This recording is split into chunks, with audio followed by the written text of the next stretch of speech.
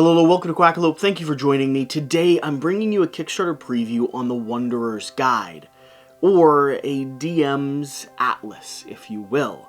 Or, if I wanted to rephrase it one more time, an RPG Sandbox system, where you're provided with all of the beautiful, incredible, fascinating art from Andrew Bosley that your heart could desire, displaying and exploring a vast expanse of a world and diving in from large map locations into city districts, palaces, mage towers, dungeons that you're traveling through, or taverns that you're spending the night at. The Wanderer's Guide is going to be your opportunity to paint a picture, in a very literal sense.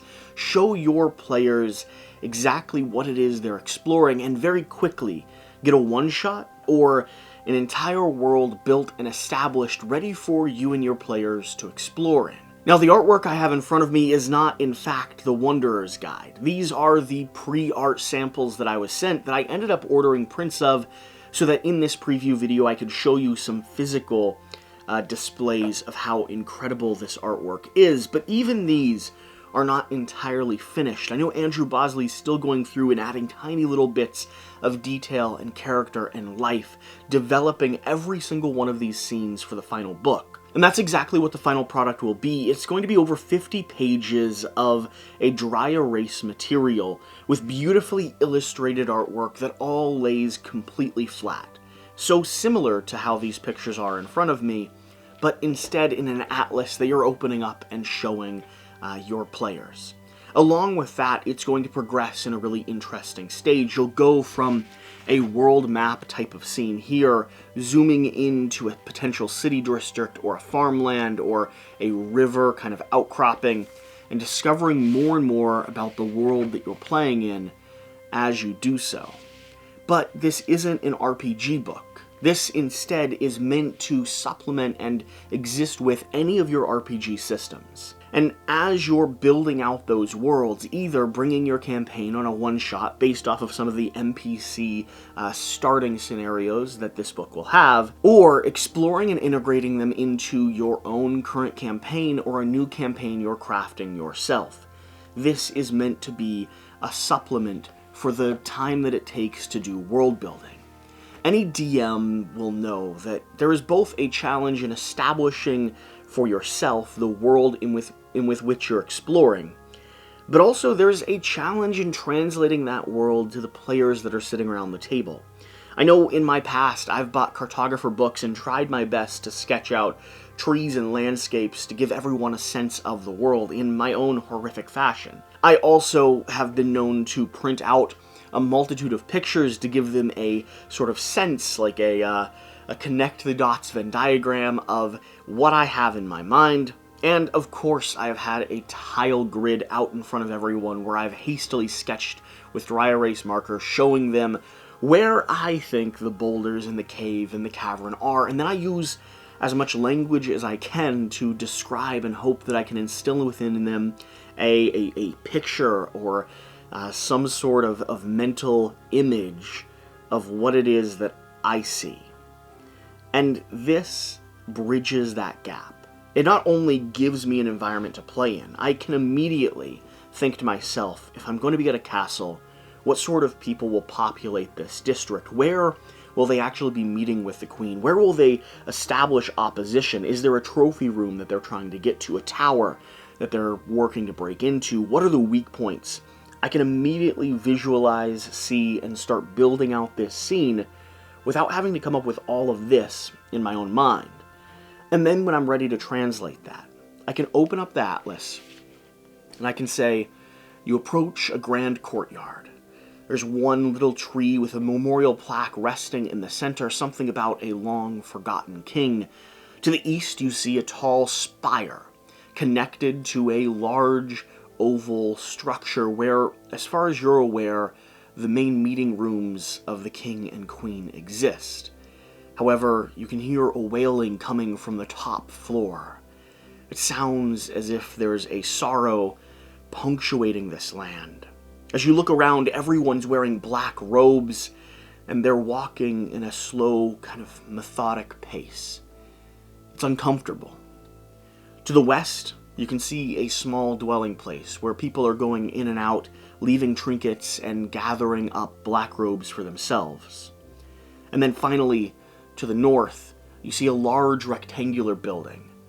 You can hear drinking and murmuring coming from the inside, plates and items clinking together, but still the same mournful echo exists, and the chimney has a smoldering ash coming from it that doesn't seem quite right. It doesn't smell of burning wood and pine like you'd expect in this region. Instead, there's an odor of earth and grease existing in it. That's what I can do here, just off the top of my head, playing around with what I might explore when people arrive. I, in my own mind, painted this picture of a mournful place where wailing was coming from the top ramparts and people were walking around as if a funeral had just happened. And I potentially laid out various hooks that I wanted you to follow, but all of that is existing in this playground of this picture.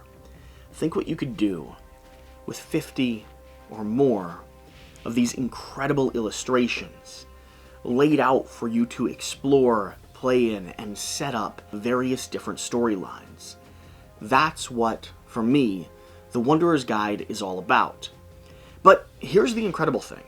It's not only about laying the artwork and the foundation for stories, it also gives you the opportunity to experiment, map, and integrate your own systems into this.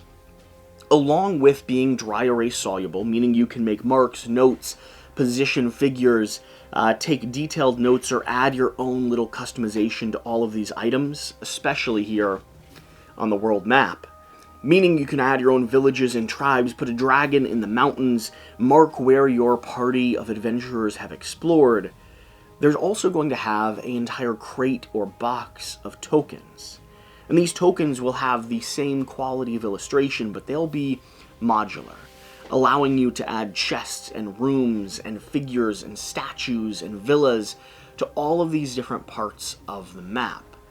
So as you explore, you can customize, change, and really open up this world.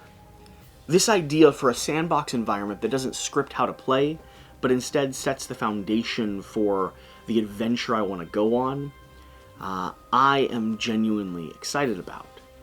And finally, here's the other thing that the Wanderer's Guide is providing to you. NPC stories. Swing over onto the Kickstarter page to take a deeper look at what some of those are, but these are going to be little blurbs of flavor text and story hooks. For me, I'll probably utilize them to do one-shots.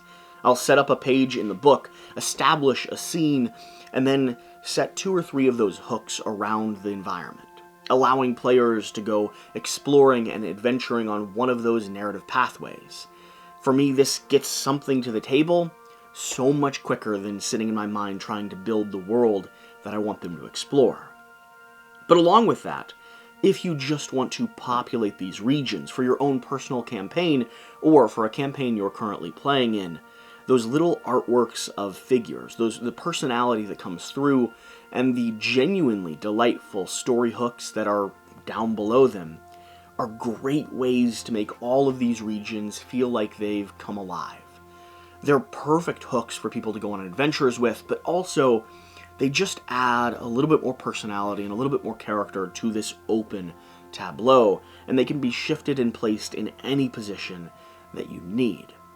This book is all about giving the DM agency over the game experience, bridging that translation gap between the creator and the player, so that you can not only get to the table easier and quicker, but you can have more fun and have a more visual experience when you do so.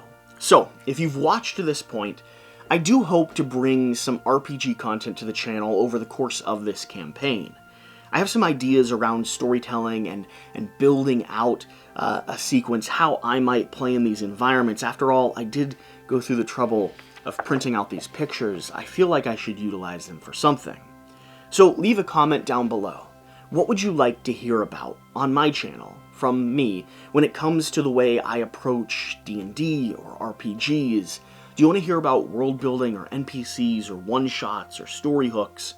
This really is an area that I am passionate about, but I don't get to explore as much as I would like. And so having the opportunity to create some content on my other true love, or potentially my first true love, would really be a delight. Either way, I hope you've enjoyed this video. If you have swung over to check out the Wanderer's Guide, there's a link down at the top of the video description. Swing over there, and when you back it, leave a quack letting them know that I kind of sent them your way. Whatever the case, whatever you do, remember to do the important thing, get out and play some games, and I'll see you next time. Thank you.